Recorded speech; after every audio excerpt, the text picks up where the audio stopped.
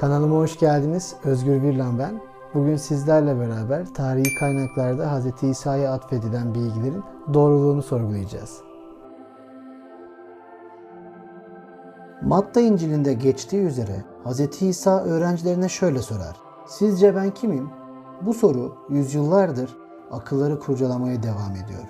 Bugün Hz. İsa'ya dair yazılmış iki kitabı okuduğumuzda sanki iki farklı insandan bahsedildiğini düşünebiliriz. Bu durumu anlamaya yönelik en güzel örnekse kıtalara, bölgelere göre değişen Hz. İsa tasvirleridir. Günümüzde bu farklılıklardan yola çıkan az sayıdaki akademisyen Hz. İsa'nın yaşamadığını dahi iddia etmektedir. Hz. İsa hakkında bilgi veren çok fazla bir kaynak bulunmamaktadır. Şöyle ki dönemin yazarları Hz. İsa ile aynı dönemde ve bölgede yaşayan Roma İmparatorluğu'nun Yahudi eyaleti valisi Pontius Pilatus'tan bile pek bahsetmezler. Durum böyle olunca da arkeologların bulabildikleri vali hakkında yazılmış kısmen eksik bir yazıttan fazlası değildir. Bu kaynak ve bilgi eksikliği karşısında İncil'i eğer bir kutsal kitap olarak değil de bir tarihi vesika olarak düşünürsek o zaman Hz. İsa hakkında bilgi veren en eski kaynağa ulaşmış olabiliriz. Ancak İncil'i kaynak olarak kabul etsek dahi sorgulamalar ve bu sorgulamalardan doğan sorular bitmez.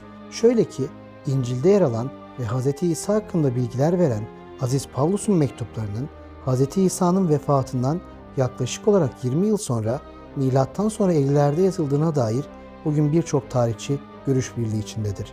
Hal böyle olunca da Pavlus'un mektuplarının içeriği yani Hz. İsa hakkındaki bilgiler tartışılmaya açılmaktadır.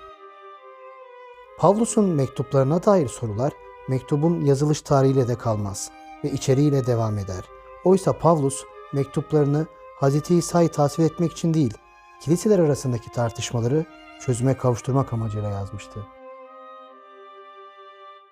Hz. İsa hayattayken onunla tanışamayan Pavlus, Hz. İsa ile tanışmış olan kişilerle iletişim halindeydi ve Pavlus'a göre Hz. İsa'nın kardeşleri vardı ve Hz. İsa'nın kardeşlerinden Yakup'la Kudüs'te tanışmıştı. Ama bazı Romalı Katolikler Hz. İsa'ya atfedilen bu kardeşlerin aslında Hz. İsa'nın kuzenleri veya üvey kardeşleri olduğunu iddia etmekteydi. Bu noktada biraz daha detaya girmek konunun anlaşılması adına son derece büyük önem taşımaktadır. Hristiyanların kutsal kitabı olan Kitab-ı Mukaddes ikiye ayrılır. Eski Ahit ve Yeni Ahit. Eski Ahit'te Yahudilik hakkında bilgi verilir ve Hz. İsa hakkında bilgi içermez. Yeni Ahit ise 4 İncil, elçilerin işleri, mektuplar ve vahiy gibi bölümlerden oluşur. Hz. İsa'nın yaşamına dair en uzun anlatılar Yeni Ahit'in ilk 4 bölümünü oluşturan İncil'ler kısmında yer alır. Geleneksel olarak bu İncil'lere Matta, Markos, Luka ve Yuhanna şeklinde isimler atfedilmesine rağmen bu metinlerde bir yazar ismi veya unvan belirtilmez. Bu İncil'lerin yazılış tarihlerine baktığımızda Matta İncil'i milattan sonra 52-68 arasında, Luka İncil'i milattan sonra 60'larda, Markos İncil'i milattan sonra 66-70 arasında ve Yuhanna İncil'i ise milattan sonra 90-110 arasında yazılmıştır. Bu metinlerin yazarlarının Hz. İsa ile karşılaşmış olmalarının ihtimali son derece düşük olmasına karşın Hz. İsa ile tanışmış olan insanların aktardığı rivayetlere erişmiş olmaları da bir o kadar mümkündür. Bu doğrultuda Luka İncil'i şöyle başlar. Birçok kişi aramızda olup bitenlerin tarihçesini yazmaya girişti. Nitekim başlangıçtan beri bu olayların görgü tanığı ve Tanrı sözünün hizmetkarı olanlar bunları bize ilettiler. Ben de bütün bu olayları en başından özenle araştırmış biri olarak bunları sana sırasıyla yazmayı uygun gördüm. Öyle ki sana verilen bilgilerin doğruluğunu bilesin.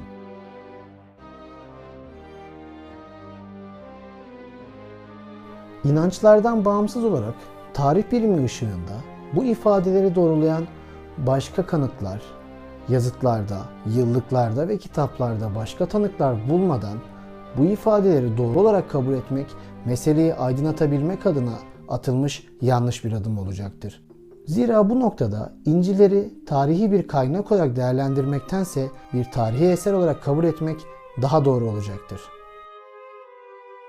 Tarihçiler için sorun, İncil'lerde aktarılan bilgilerin başka tarihi kaynaklarla uyuşmadığında ortaya çıkıyor.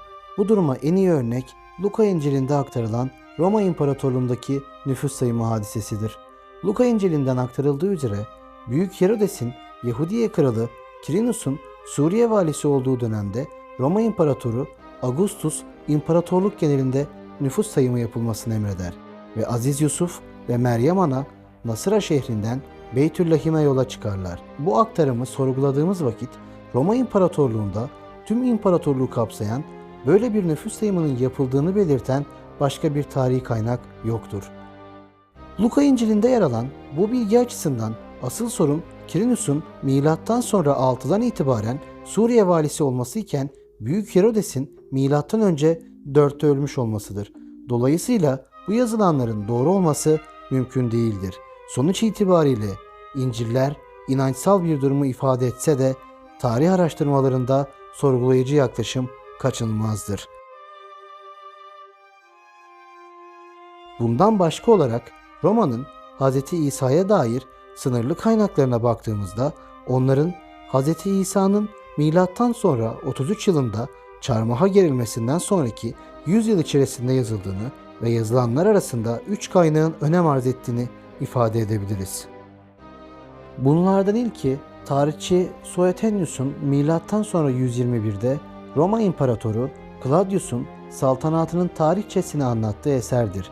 Bu eserde yazar Claudius'un Yahudileri Roma'dan sürdüğünü, çünkü Christus adlı birinin sürekli kargaşa çıkardığını ifade ederken Christus ve Christ yani Mesih arasındaki benzerliğin bu anlatılanların Hz. İsa'yı işaret ettiğini düşündürmektedir. Ama yine de bu anlatılandan net bir çıkarımda bulunmak son derece güçtür. Tarihçi Tacitus ise Büyük Roma yangınından bahsederken İmparator Nero'nun tüm suçu Hristiyanlara yüklediğini ve onlara acımasızca işkence ettiğini anlatır. Bu Hristiyan grubun liderinin Christus olduğunu ve geçmişte İmparator Tiberius döneminde bir Roma savcısı olan Pontius Pilatus tarafından ağır bir cezaya çarptırılması sonucunda ölmesinden bahsetmesi son derece önemlidir. Tacitus'un aktardıklarını da sorguladığımız vakit bu bilgilerin kaynağının belirsiz olduğunu ve ünlü Pilatus taşında Pontius Pilatus'un Tacitus'un belirttiği gibi bir savcı olmadığı, Yahudiye eyaleti valisi olduğu yazmaktadır.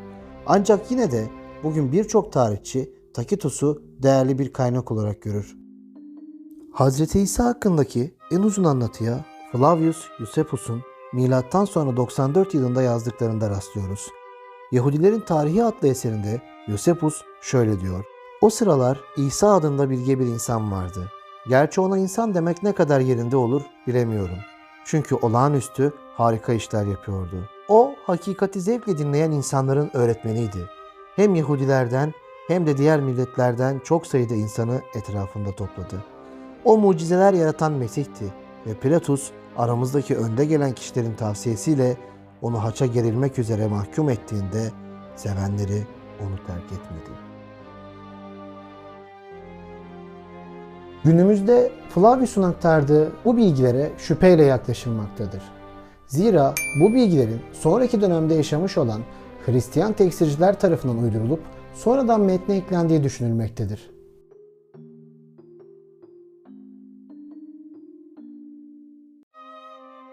Yeni Ahit'te insanların Hz. İsa'nın kıyafetlerine dokunarak iyileştiğine dair kayıtlar mevcut olduğundan Hristiyanlıkta kutsal emanetler büyük önem taşır. Öyle ki genelde Katolik kiliselerinin mihraplarında bu doğrultuda kutsal emanetler bulunmaktadır. Söz konusu olan bu durum Hz. İsa'nın yaşamına da katkı sağlayabileceğinden kutsal emanetler tarihçiler tarafından da büyük öneme sahiptir.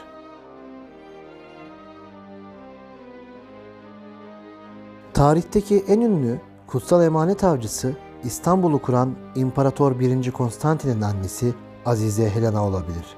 Zira milattan sonra 306'da İmparator Konstantin tahta geçtiğinde annesine kutsal topraklara gidip kutsal emanetleri araması yönünde son derece büyük bir destek vermiştir. Günümüzde de Doğuş Kilisesi gibi Hristiyanlarca çokça ziyaret edilen pek çok yer Azize Helena tarafından inşa edilmiştir. Efsaneye göre Azize Helena, İsa'nın çarmıha gerildiği yer olduğuna inanılan Golgota tepesinde bir kilise inşa ettirdiği sırada gömülü halde 3 haç bulur. Ardından hangisinin İsa'nın üzerine can verdiği haç olduğunu anlamak için hasta bir kadının sırayla her birine dokunmasını ister ve kadın son haça dokunduğunda iyileşince Azize Helena gerçek haçı bulduğunu böylece ilan eder. Bu düzlemde diğer kutsal emanetlere de göz atmak yerinde olacaktır. Dikenli taç. Notre Dame Katedrali'nde yer alan bu kutsal emanet, çarmıha gerildiği sırada Hz. İsa'yı aşağılamak için başına takılan bu dikenli taç, yapılan tetkikler doğrultusunda hem yaşı bakımından hem de dokunmasında kullanılan bitki türü bakımından Antik Çağ dönemindeki Yakın Doğu ile uyumlu görülmektedir. Torino kefeni. Vaftizci Yahya Katedrali'nde yer alan bu kutsal emanetin Hz. İsa çarmıha gerildikten sonra sarıldığı kefen olduğunu inanılır. Ancak sakallı bir adamın görüntüsü ve kan lekelerinin bulunduğu bu kumaşın bilimsel incelemeler neticesinde yaşı konusunda kuşku uyandıran sonuçlar ortaya çıkmıştır.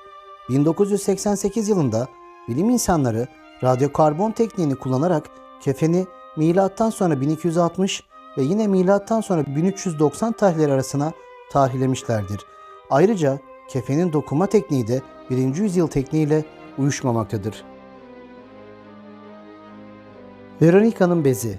İtalya Manopella'da ortaya çıkan bu kutsal emanet, efsaneye göre çarmıha gerilmek üzere Hz. İsa götürülürken Azize Veronica ona yüzünü silmesi için bir bez verir ve Hz. İsa yüzüne bezi sildiğinde bir mucize olur ve bezin üzerinde yüzün bir sureti belirir. Söz konusu bu bez olduğu düşünülen birkaç tane daha kutsal emanet ortaya çıkmıştır. Sonuncusu 1999 yılında İtalya'nın Manopella kentinde ortaya çıkar ve rivayetlere göre 16. yüzyılda kimliği belirsiz bir hacı tarafından kiliseye emanet edilir. Böylesi geç bir tarihte kutsallık atfedilmesi bu ve diğer bezlerin kutsallığına şüphe düşürmektedir. Longinus'un mızrağı. Hofburg İmparatorluk Sarayı'nda yer alan bu kutsal emanetin çarmıha gerilmiş Hz. İsa'nın böğrüne Romalı yüzbaşı Centurio Longinus tarafından saplandığına inanılır. Yapılan incelemeler Hofburg Sarayı'ndaki bu mızrağın milattan sonra 8. veya milattan sonra 9. yüzyıla tarihlemektedir. Sonuç olarak bu mızrağın saplandığı kişi kesinlikle Hz. İsa değildir. Kutsal Kase. Metropolitan Sanat Müzesi'nde yer alan ve Hz. İsa'nın son akşam yemeğinde kullandığı kadeh olduğu söylenen, görselde yer alan bu kutsal emanet, gerçek kutsal kase olduğu iddia edilen kaselerden sadece biridir ve 1910 yılında Suriye'de bulunan Antakya kadehi olarak bilinen kutsal emanettir. Yapılan incelemeler Antakya kadehini 6. yüzyıla tarihlemektedir ve bugün Antakya kadehinin Hristiyanların ibadet sırasında kullandığı bir tür ayaklı kandil olduğu düşünülmektedir. Kutsal çivi. Trier Katedrali'nde yer alan, kutsal çiviye değinmeden evvel kutsallık atfedilen çivilerin kolaylıkla anlaşılabileceği üzere Hz. İsa'nın ellerine ve ayaklarına çakılan çiviler olduğu düşünülür. İlk çiviler Azize Helena tarafından bulunmuştur. Sonrasında ise çok daha fazla çivi gün yüzüne çıkar. Kutsal çiviler kraliyet miğferlerinin, at dizginlerinin ve ünlü Lombardiya tacının yapımında kullanılır. Pek çoğu da kiliselerde kalmıştır. Bu çivilerin tarihleri Hz. İsa'nın yaşadığı dönemle uyuşsa da Hz. İsa'nın nihayete eren yolculuğundan başka amaçlarla kullanılmış olabileceğini düşünmek daha akla yatkın gözükmektedir. Kutsal emanetlere yönelik talepler zamanla öyle arttı ki gerçek haça ait olduğu iddia edilen haçların sayısı da o derece artmıştı. Bu noktada Reform hareketinin öncülerinden John Calvin 1453'te şöyle yazmıştı: "Bulunan tüm parçalar bir araya getirilebilseydi bir yük gemisi bile doldurmak mümkün olurdu. Fakat İncil'e göre tek bir adam haçı taşıyabilmişti."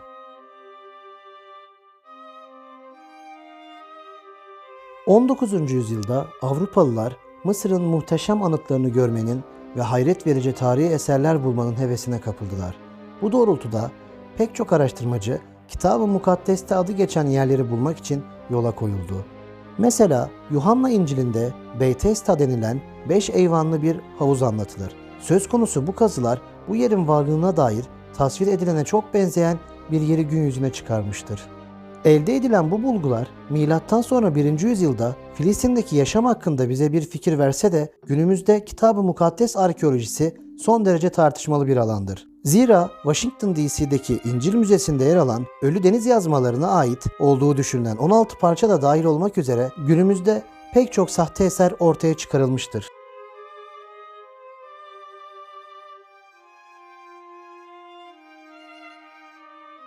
Bugün elimizdeki yeni ait farklı yerlerde, farklı zamanlarda ve farklı kişilerce yazılmış metinlerin birer derlenmesidir.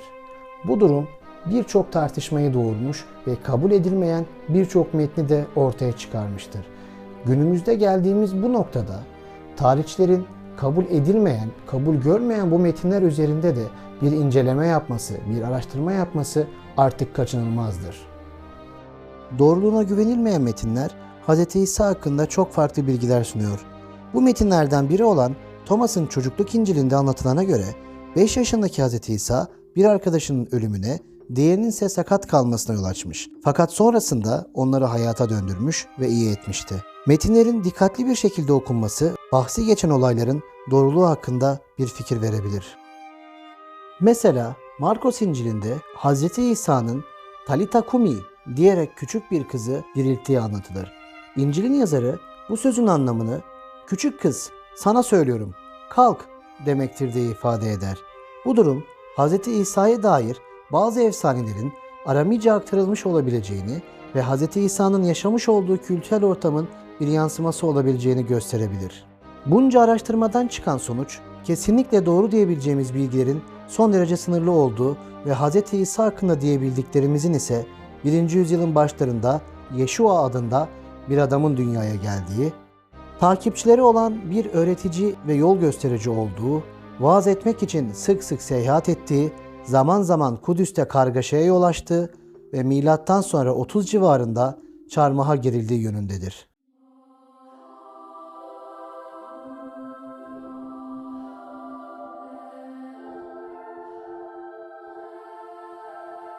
İnananlar için Hz. İsa'nın değeri her daim devam edecektir. Bununla birlikte Hz. İsa'nın tarihsel kimliği üzerine yapılan araştırmalar da son bulmayacaktır. Beni izlediğiniz için sizlere teşekkür ederim. Lütfen kanalıma abone olmayı ve videomu beğenmeyi unutmayın. Bir sonraki videoda görüşünceye kadar kendinize çok iyi bakın.